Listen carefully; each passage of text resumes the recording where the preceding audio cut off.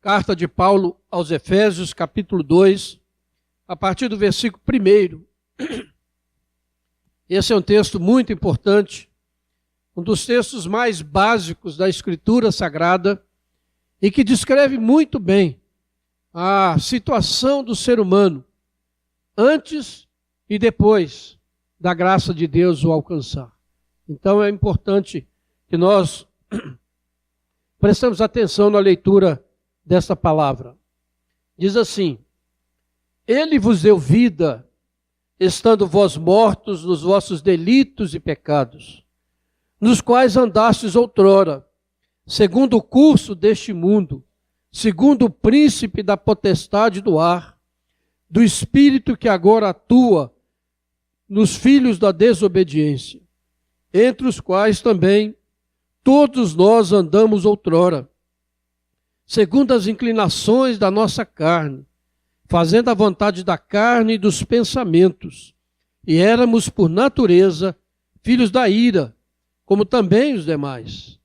Mas Deus, sendo rico em misericórdia, por causa do grande amor com que nos amou, e estando nós mortos em nossos delitos, nos deu vida juntamente com Cristo.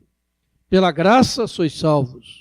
E juntamente com Ele, nos ressuscitou e nos fez assentar nos lugares celestiais em Cristo Jesus, para mostrar, nos séculos vindouros, a suprema riqueza da sua graça, em bondade para conosco, em Cristo Jesus. Porque pela graça sois salvos, mediante a fé. E isso não vem de vós, é dom de Deus, não de obras, para que ninguém se glorie, pois somos feitura dele, criados em Cristo Jesus para boas obras, as quais Deus de antemão preparou para que andássemos nelas. Aleluia, glória a Deus. Irmãos, ler esse texto realmente nos deixa emocionados. É um texto que toca profundamente a nossa vida, porque ele fala realmente da nossa trajetória, da trajetória de um ser humano que está morto nos seus delitos e pecados, está sem esperança, porque o pecado, ele nos separa de Deus.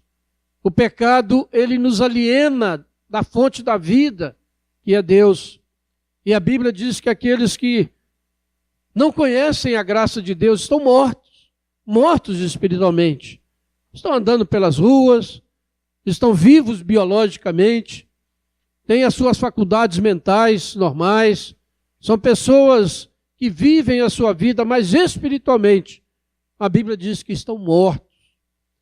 E o morto, ele não pode decidir pela sua vida, pelo seu futuro. O morto não tem vontade. O morto não escolhe nada. E assim é a vida de alguém que não conhece a Deus, que não professa Jesus Cristo, que não conhece a graça salvadora de Deus, está morto.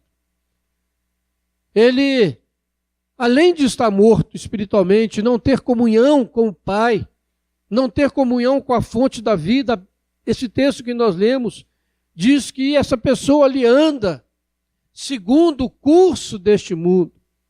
Ele anda segundo as propostas deste mundo. Ele anda segundo o mundo determina para ele. E um mundo que jaz no maligno. O texto diz, andando segundo o curso deste mundo, segundo o príncipe da potestade do ar, do espírito que agora atua nos filhos da desobediência. Há uma realidade espiritual. Aqueles que estão mortos não estão mortos apenas espiritualmente, mas eles vivem uma vida normal nesse mundo biológico, aparentemente têm vida, mas na verdade a vida deles é conduzida por poderes malignos, é conduzida pelo propósito desse mundo caído, desse mundo que está alienado de Deus. E quando você olha para a realidade que nós vivemos no Brasil e no mundo todo, de violência, de desamor, um mundo que valoriza as coisas que não têm valor, a gente vê como é verdade esse texto. Andamos segundo o príncipe da potestade do ar. Somos filhos da desobediência. E Paulo vai dizer aqui que nós todos éramos assim. Antes de conhecer Jesus, todos nós estamos nessa situação.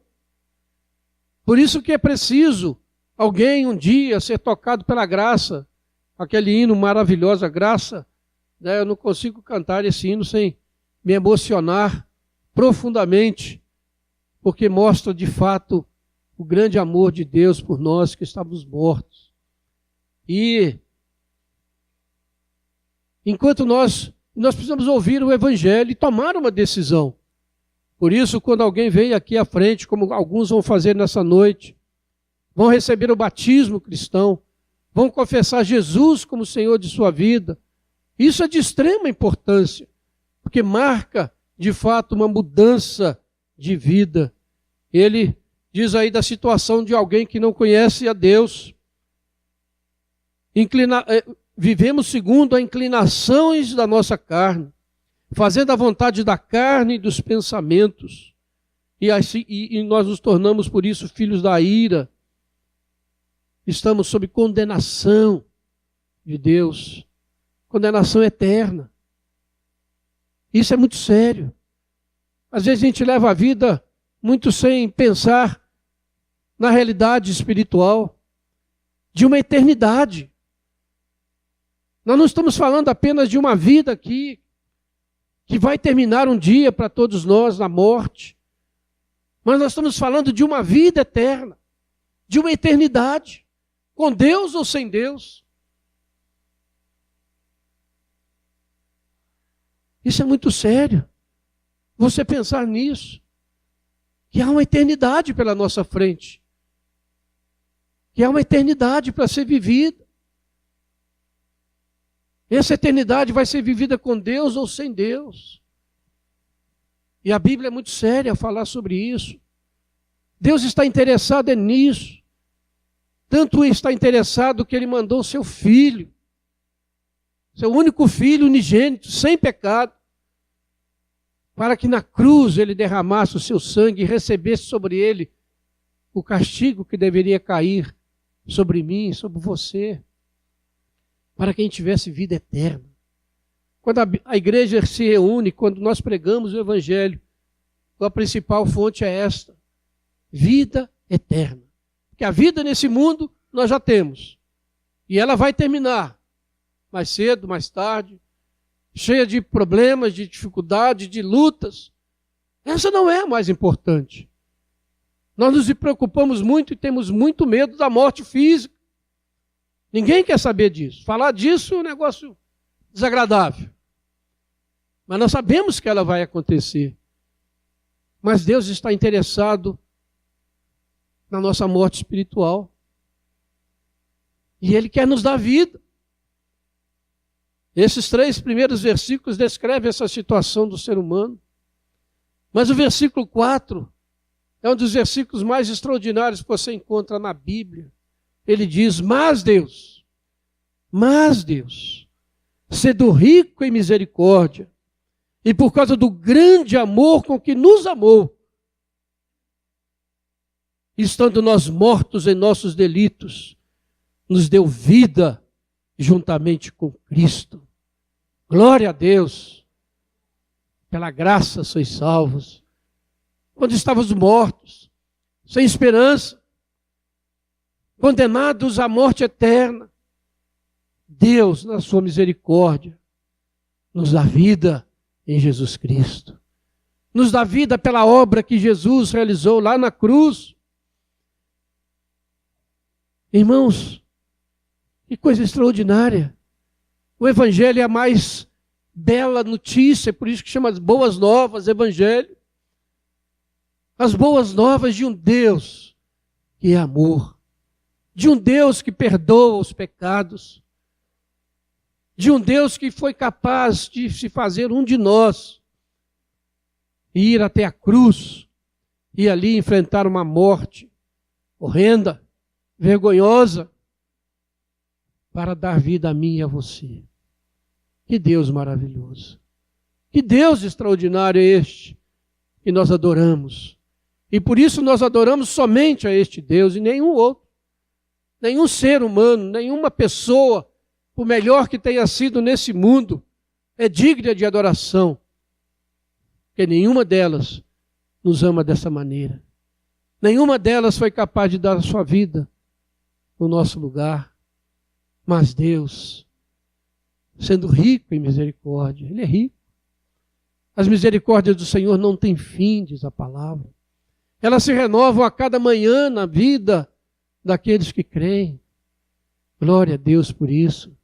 Que nós temos este privilégio, irmãos, de adorar esse Deus. A canção da Maravilhosa Graça diz: liberta eu fui de uma prisão, a prisão de uma vida sem alegria, sem propósito, sem futuro. Eu fui liberto pela graça maravilhosa de Deus. E nos tornamos filhos de Deus. Estamos nós mortos, Ele nos deu vida juntamente com Cristo. E Ele diz, olha, e juntamente com Ele, nos ressuscitou e nos fez assentar nos lugares celestiais em Cristo Jesus. Estávamos mortos, mas Ele nos ressuscitou. Aquele poder que ressuscitou Jesus dentre os mortos é o mesmo poder que atua ressuscitando um morto espiritual, trazendo plena vida. Oh Deus maravilhoso, oh Evangelho maravilhoso, oh mensagem da cruz extraordinária, porque o nosso pecado foi inteiramente pago na cruz do Calvário. Que mensagem, irmãos! Que mensagem! E nos fez assentar nos lugares celestiais. No capítulo 1, no versículo 20, falando do poder de Deus, ele diz, ao qual exerceu ele em Cristo, ressuscitando dentre os mortos e fazendo-o sentar-se à sua direita nos lugares celestiais, acima de todo principado e potestade, poder e domínio, e de todo nome que se possa referir não só no presente século, mas também no vindouro. Estamos assentados juntamente com Cristo, vitorioso, ressurreto, nos lugares celestiais, reinando. Somos parte do reino de Deus. Fazemos parte desse reino vitorioso, desse reino eterno, que jamais será destruído. Como igreja do Senhor, Jesus disse, as portas do inferno não são capazes de derrubar a igreja do Senhor. E o versículo 7 nos mostra o propósito de Deus. Ele diz, olha, para mostrar nos séculos vindouros, para mostrar durante toda a eternidade, séculos e séculos, a suprema riqueza da sua graça, em bondade para conosco, em Cristo Jesus. Aleluia. Vejam bem, nós estamos sendo salvos, fomos salvos, e estamos sendo conduzidos à vida eterna, para que através da nossa vida, da nossa redenção, a suprema riqueza da graça de Deus seja manifesta. Irmãos, olhe que futuro glorioso, que propósito glorioso Deus tem para aqueles que o amam, para aqueles que foram resgatados, séculos vindouros. No versículo 21 que eu li, do versículo capítulo 1, diz que o nome de Jesus é o nome que está acima de todas as coisas, não só no presente século, mas também na eternidade. Jesus continuará sendo Senhor por toda a eternidade.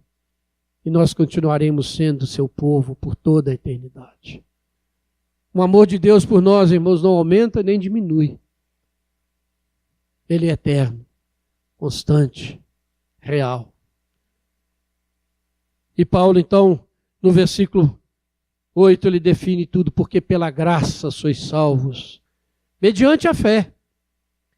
Isso não vem de vós, é dom de Deus. Não de obras, para que ninguém se glorie.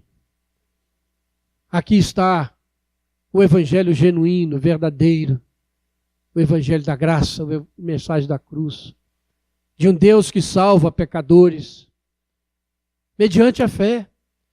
E esta fé não é nossa, não é sua. Você não foi salvo porque você tinha fé, porque Deus viu que você teria fé um dia. Você não foi salvo porque Deus previu que você teria fé. Você tem fé porque Deus o elegeu e o regenerou em Cristo Jesus pelo Espírito Santo e pela palavra. E por isso te foi dado fé. Aí sim você crê. Aí sim você se arrepende e recebe de graça a vida eterna. Não de obras. Ninguém pode se gloriar diante de Deus. Fui salvo porque mereci. Fui salvo porque sou bom. Fui salvo porque cumpro as leis. Fui salvo porque sou uma pessoa boa. Você foi salvo porque você estava morto. E Deus te deu vida em Cristo Jesus. E o versículo 10 diz que nós fomos então feitos novas criaturas. Nós não fazemos parte mais da velha criação, mas nós fomos feitos nova criação.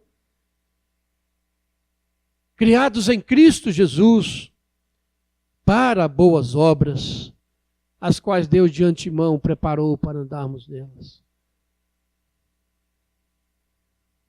As pessoas se preocupam muito em fazer boas obras para alcançar alguma coisa de Deus.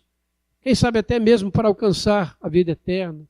Acham que tem que ser caridosos, bondosos, fazer boas obras, fazer isso e aquilo, porque isso vai abrir o caminho dele. Não é isso. As boas obras são consequência da salvação. Boas obras que Deus preparou de antemão para andarmos nelas. Por isso o cristão pratica boas obras.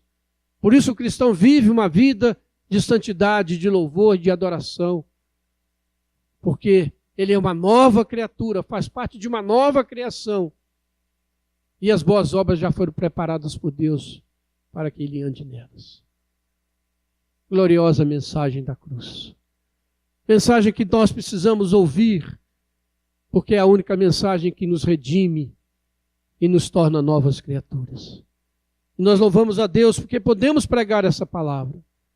Louvamos a Deus porque o Senhor tem nos dado este privilégio, como igreja, de anunciarmos a graça maravilhosa do Senhor que salva pecadores.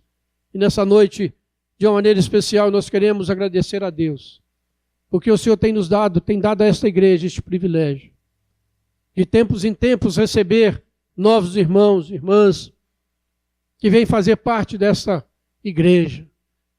Não porque ela seja melhor do que qualquer outra igreja, mas porque que entende que aqui o Evangelho é pregado de forma fiel e verdadeira. E nós nos alegramos por isso. E queremos deixar o desafio, se você ainda não conhece a vida eterna em Jesus Cristo, se você ainda tem dúvidas a respeito da sua salvação, se você não conhece o Senhor Jesus, que essa seja uma noite de decisão na sua vida. Que o Espírito Santo de Deus possa falar ao seu coração, aplicar essa palavra, não minha, mas a palavra de Deus ao seu coração. E você tome uma decisão na sua vida. Não deixe para amanhã. Como diz, amanhã pode ser muito tarde. É preciso tomar essa decisão enquanto nós temos vida, temos consciência de andarmos com Jesus. Que a graça de Deus alcance a sua vida. E você está já desde antemão convidado para vir participar aqui daquilo que nós chamamos o módulo 1, conhecer a igreja e poder também se tornar membro da igreja. A igreja não salva ninguém. Glória a Deus por isso. E muito menos a igreja presbiteriana salva alguém. Amém. Quem salva é só Jesus. A glória é dele, a honra é dele, o poder é dele. E só ele morreu por nós. Mas nós convidamos você a fazer parte da igreja, como eu disse no início. A igreja é o corpo de Cristo. E todos aqueles que são tocados pela graça querem fazer parte da igreja. Que Deus abençoe a sua vida. Deus abençoe a nossa vida. Deus abençoe cada dia mais o seu viver. E que o seu viver seja para a glória de Deus. Amém.